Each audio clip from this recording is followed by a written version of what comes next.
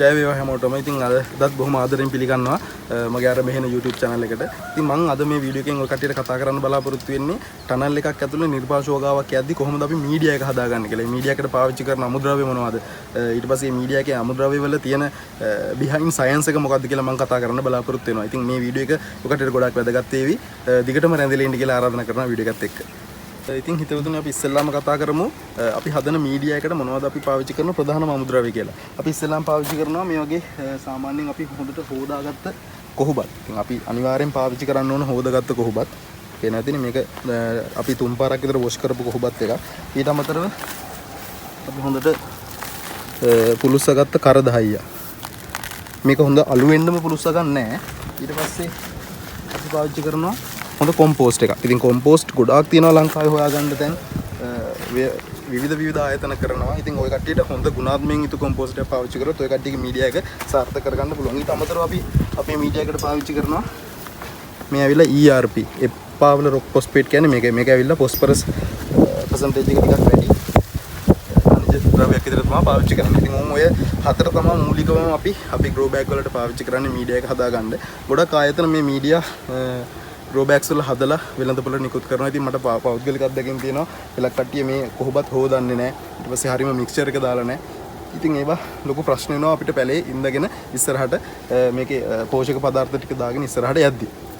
ඉතින් හිතවතුනි අපි මේ මීඩියා එක හදාගද්දි අපිට සිද්ධ වෙනවා මම අර කලින් මතක් කරපු අමුද්‍රව්‍ය ටික යම්කිසි රේෂියෝ එකකට කලවම් කරන්න.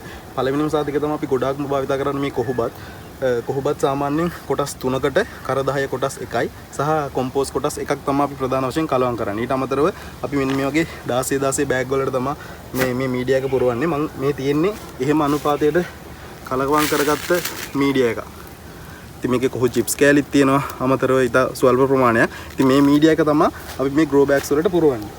ඉතින් කොහොබත් පාවිච්චි කරන්න ප්‍රධානම හේතුව තමයි කොහොබත් ඇවිල්ලා pH අගය නියුට්‍රල්. සාමාන්‍ය pH අගය 7 ආසන්නව තියෙන අමුද්‍රව්‍යයක් තමයි මේ කොහොබත් කියන්නේ. ඉතින් පැලයක් හිටව ගන්න පුළුවන් හොඳ උපස්තරයක් ලබා දෙනවා මේ කොහොබත් වලින්. සහ මේකේ අමතරව සෝඩියම් අයන් නැත්නම් පොටෑසියම් අයන් ප්‍රමාණය වැඩි. ඉතින් මේ අයන් ප්‍රමාණය අඩු කරගන්න තමයි අපි දෙතුන් වතාවක් හොදන්න කියලා කියන්නේ. මේ හොදනකොට සාමාන්‍ය රතු පාටට අපි මේ කහට ප්‍රමාණය අයින් වෙනවා. මේ කහට ප්‍රමාණය අයින් වෙන්න ඕන අපේ පැලයට හොඳ වර්ධනයක් ගන්න නම්. නැත්නම් පෝෂක පැලයට අවශෝෂණය සහ මේක ඇතුලේ පෝෂක රඳවා ගැනීමේ ගුණය ටිකක් අඩු කරනවා. ඉතින් මේ කොහොබත් වල තියෙන අනිත් විශේෂ ලක්ෂණයක් තමයි මේක ගොඩක් ලිග්නීභූත අමුද්‍රව්‍ය වලින් තමයි හැදිලා තියෙන්නේ. සෙලියුලෝස්, හෙමිසෙලියුලෝස් සහ ලිග්නින් කියන ද්‍රව්‍ය තමයි මේකේ වැඩිපුරම තැන්පත් වෙලා තියෙන්නේ. ඉතින් ඒවා ඩිරෙක්ට්ලි ගහට ගන්න බෑ ලිග්නින් නැත්නම් හෙමිසෙලියුලෝස්, සෙලියුලෝස් විදියට. ඉතින් ඒකත් එක වාසියක්. මොකද අපි පාවිච්චි කරන උපස්තරය යම්කිසි මට්ටමකින් ගහට අවශෝෂණය වෙනවා නම් අපි දන්නේ යම්කිසි අහිතකර ද්‍රව්‍ය තිබ්බොත් ඒවත් අවශෝෂණය වෙන්න පුළුවන්. ඉතින් ඒ හිතකර සාධකයක් මේ කොහොබත් වල අඩංගු වෙනවා. ඉතින් මම අර කලින් කිව්වා වගේ හොදන් නැති කොහොබත් පාවිච්චි කරොත් ඔය කට්ටියට ඇත්තටම ඔය කට්ටියගේ පැල වර්ධනයක් කරගන්න ටිකක් අමාරුයි. මොකද පැල්ලේ පොඩ්ඩක් ස්ටන්ට් වෙනවා. ඒ වගේ තියෙන කැටායන හෝමාරු ධාරිතාවය ටිකක් වැඩි මේක. ඒ හින්දා කැටායන විතරක් වැඩි වුණොත් එහෙම ඔයාලට අපි දාන අනිත් පොහොර වර්ග අපේ කොහොබත් එකේ රඳවා පවත්වා ගැනීම ටිකක් අඩු වෙන්න පුළුවන්. ඉතින් ඒ හින්දා අපි වැඩිපුර තියෙන සෝඩියම් අයන සහ පොටෑසියම් අයන හොදලා යවන්න ඕන කලින් කොහොබත් අපි මේකට පුරව ගන්න කලින්. ඉතින් මෙන්න මේ ආකාරයට තමයි අපි පොට්ස් වලට පුරව ගන්න. ඉතින් පොට්ස් පුරව ගද්දි ඔය කට්ටිය මේ 16 බෑග් එකේ උඩටම පුරව ගන්න. මොකද මේක අපි ටිකක් දවසක් යද්දි පොඩ්ඩක් මේක පල්ලෙහාට ගිහිල්ලා දැන් මේක කොම්පැක්ට් වෙනවනේ. ඒ හින්දා අපිට උඩටම පුරව ගන්න එක තමයි වාසියකට වෙලා තියෙන්නේ. ඉතින් හිතුවතුණු දැන් මම කොහොමත් ගැන ඔය කට්ටියට විස්තරයක් කරා. මම හිතනවා කට්ටියට හොඳ අදහසක් යන්නේද කියලා. ඊට පස්සේ අපි පාවිච්චි කරන දේවල් තමයි මේකට හොඳ ගුණාත්මකයෙන් යුතු කොම්පෝස්ට් එකක් පාවිච්චි කරන්න ඕන. ඉතින් ඊට වඩා හොඳ ගුණාත්මකයෙන් යුතු කොම්පෝස්ට් ඔය කට්ටියට හොයාගන්න පුළුවන් හැකියාවක් හම්බුනොත් ඒවා පාවිච්චි කරන්න. කොහොමත් කොම්පෝස්ට් සාමාන්‍යයෙන් අපිට සිල්ලර් ඒ කියන්නේ ලූස් විදිහට ගන්නත් පුළුවන්. නැත්නම් කියුබ් ප්‍රමාණයෙන් ගෙන්න ගන්නත් පුළුවන් තැන් තියෙනවා. ඉතින් ඔය කට්ටිය කෝල්ලක් දාලා ඒක ගන්න. ඊට පස්සේ අපි පාවිච්චි කරන දේක් තමයි මම අර කලින් කිව්වා වගේ මේ කරදහයිය.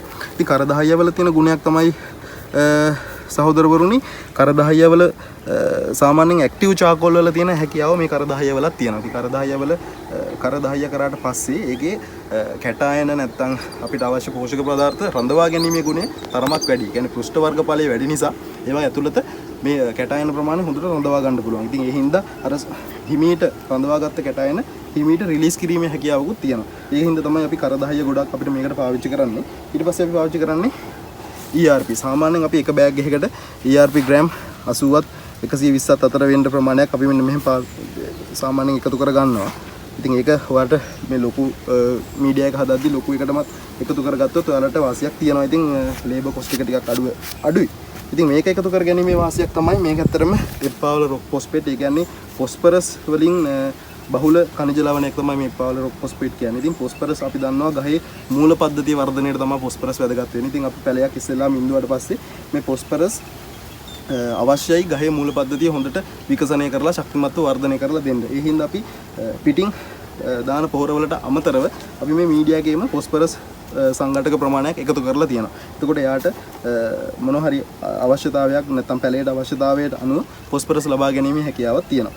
ඉතින් ඔන්න ඔය කාරණා ටික තමයි මීඩියා එකක් හදද්දි අපි ප්‍රධානම සලකා බලන්න ඕන කාරණා. ඉතින් ඔය කට්ටියට මේක මහා රොකට් සයන්ස් නෙවෙයි. ඔයාලට ගෙදර මේ අමුද්‍රව්‍ය ටික තියෙනවා නම් මං කිව්ව රේෂියෝ එකට ඔය කට්ටියට ගෙදර මේක නිෂ්පාදනය කරගන්න පුළුවන්. මොකද ගොඩාක් ආයතන මේ වෙනකොට ඔය කට්ටිය රවට්ටන තැන් තියෙනවා. ඊට අමතරව ඔය කට්ටිය කොහොබත් හොදන්න නැතුව ඊට පස්සේ මේ බෑග්ස් වල ගේජ් එක අඩු කරලා සමහර විට ඔය කට්ටියට දෙන්න පුළුවන්. ඉතින් ඒ හින්දා ඒ වගේ හොර කට්ටියට අහුවෙන්නේ නැතුව ඔය කට්ටියට පුළුවන් නම් ඔය කට්ටියගේ මීඩියා එක ගෙදරදීම හදාගන්න ගොවියෙක් විදිහට ඔයාට ඉස්සරහට සාර්ථක වෙන්න පුළුවන්. මොකද අපිට හැමෝගෙම ඉස්සරහට ඩිපෙන්ඩ්ස් වෙන්න බෑ. මේක අපිට කවදා හරි පුරුදු වෙන්න එනවා. ඉතින් ඒ හින්දා තමයි මමත් මේ වීඩියෝ එක ඔය කට්ටියට ඉස්සරහට ගෙනෙන්නේ.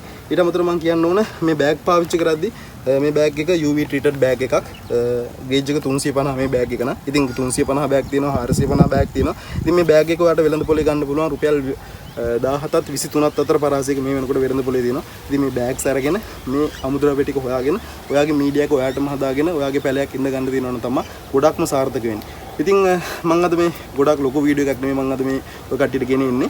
ඉතින් මේ ගෙනාපු වීඩියෝ එකේ යම්කිසි ගන්න දෙයක් ඔයාලට ඇතේ කියලා මම හිතනවා. සහ මම මේ කියන දේවල් වලට අමතර කාරණා සහ නිවැරදි කිරීම තියෙනවා නම් අනිවාර්යෙන් කමෙන්ට් එකක් විදිහට දාලා තියන්න. ඒක මටත් වීඩියෝ එක බලන හැමෝටම වැදගත් වෙයි.